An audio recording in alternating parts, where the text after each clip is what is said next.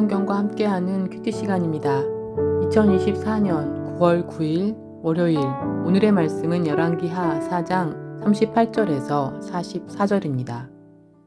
엘리사가 다시 길갈에 이르니 그 땅에 흉년이 들었는데 선지자의 생도가 엘리사의 앞에 앉은지라.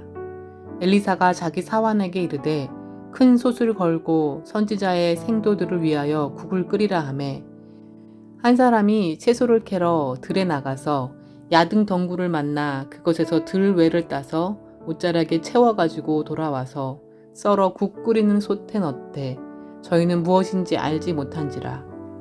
이에 퍼다가 무리에게 주어 먹게 하였더니 무리가 국을 먹다가 외쳐 가로되 하나님의 사람이여 솥에 사망의 독이 있나이다 하고 능히 먹지 못하는지라.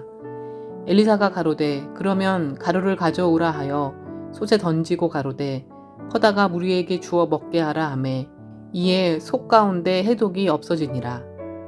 한 사람이 바알 살리사에서부터 와서 처음 익은 식물 곧 보리떡 20개 또 자루에 담은 채소를 하나님의 사람에게 드린지라. 저가 가로되 무리에게 주어 먹게 하라.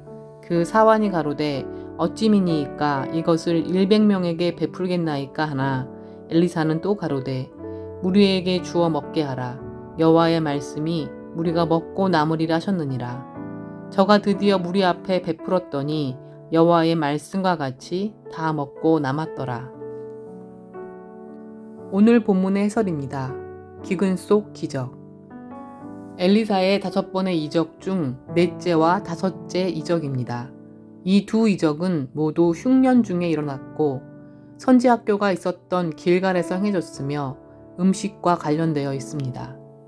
전체. 바알이 생사를 결정하고 풍요와 번영을 보장해 준다고 믿던 시대에 하나님은 흉년을 통해 이스라엘의 안정과 미래가 바알이 아니라 오직 하나님께 달려 있음을 알게 하십니다. 때로 우리에게 허락된 상실은 그동안 우리가 무엇을 의지하며 살아왔고 또 무엇에 우선순위를 두며 살아야 하는지 성찰하게 합니다.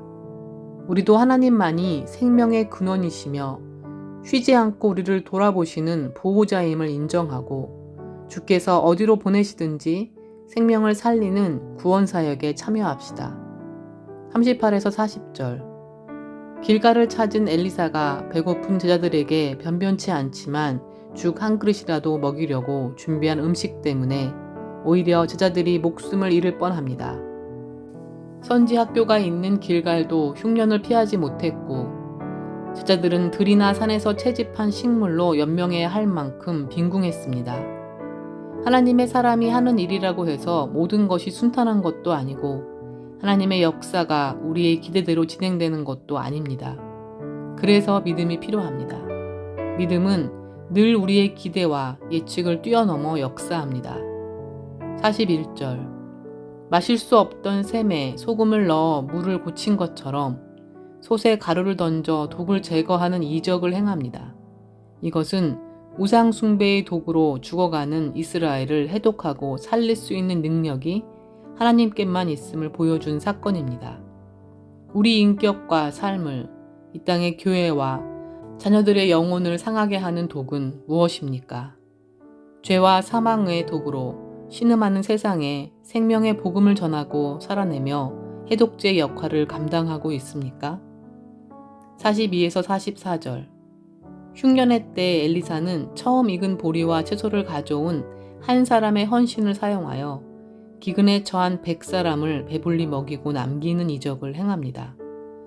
사환의 지적처럼 100명이 먹기에 턱없이 부족한 양이었지만 하나님은 그들이 배불리 먹고도 남게 하셨습니다. 믿음은 상식을 무시하지 않지만 상식에 머물지도 않습니다. 결핍은 흉년에서 오는 것이 아니라 하나님의 능력에 대한 불신에서 옵니다. 눈앞의 현실을 논하기보다 이미 해결책을 알고 계신 주님을 의지하는 것이 먼저입니다.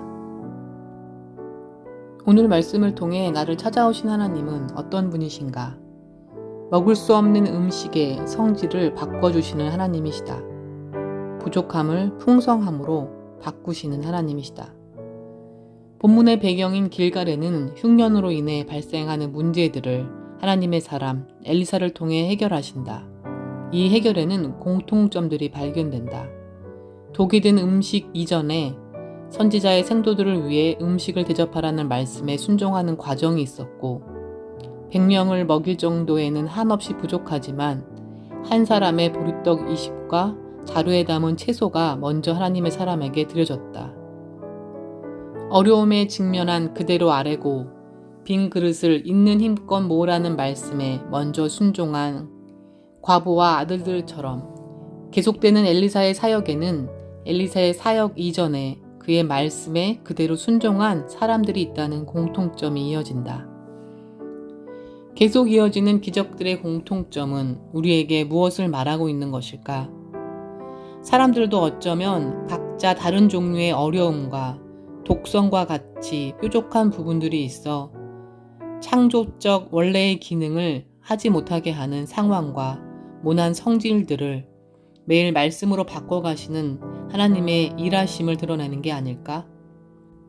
어느 때는 기름같이, 또 어느 때는 아이들이 생산하는 번성으로, 때론 독의 성질을 없애주는 가루로, 적은 양이 풍족한 양으로 변화되는 것처럼 매일의 문제와 어려움에 직면하는 현실이 다가오지만 그 문제에 무릎 꿇는 것이 아니라 지금 내가 어떤 마음으로 말씀 앞에 나에게 허락하신 것들을 믿음으로 가지고 나아오는지, 그 믿음을 보시고 일하시는 하나님의 능력을 믿는 자를 찾으시고 일깨우시는 것이 아닐까. 그리고 먹는 것은 한번 배불리 먹었다고 끝나는 것이 아니라 또 그 다음 끼가 계속 이어진다. 이처럼 먹는 문제는 늘 해결되어야 하는 생명과 연결되어 있다. 말씀 또한 한 번의 은혜로 끝나는 것이 아니라 영의 생명과 직접 연결되어 있어 늘 섭취해야 하는 것이다.